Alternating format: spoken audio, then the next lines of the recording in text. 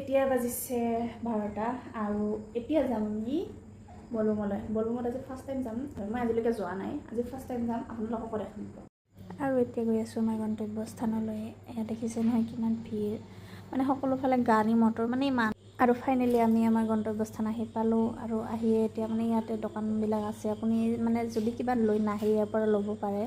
আৰু মানুহবিলাকৰ ভিৰ চাব পাইছে, এতিয়া ইমান মানুহ আৰু এনেকৈ আমি গৈ আছোঁ। আমি এতিয়া গৈ আছোঁ নৈ পাৰলৈ, য'ত মানে পূজা কৰা হ'ব। আৰু দেখিছে নহয় মানুহৰ ভিৰ, ঠিক আমি ইয়ালৈ আহি পোৱা সময়ত আমাৰ বহুত দেৰিৰ বাবে ইয়াতে মানুহৰ ভিৰ বেছি হৈ গ'ল, যাৰ বাবে আমি পূজা কৰিবলৈ ঠাই বিচাৰিব লগা হৈছে। আৰু বহু সময় অপেক্ষা কৰাৰ পিছত ফাইনেলি আমি পূজা কৰিব পালোঁ।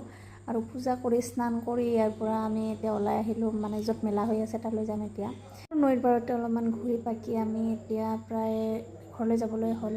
আৰু এতিয়া আমি ঘৰলৈ যাবলৈ ওলাইছোঁ, মানে ঘৰলৈ বুলি ক'লে ভুল হ'ব, মন্দিৰলৈ যাম, তাৰপিছত ঘৰলৈ যাম।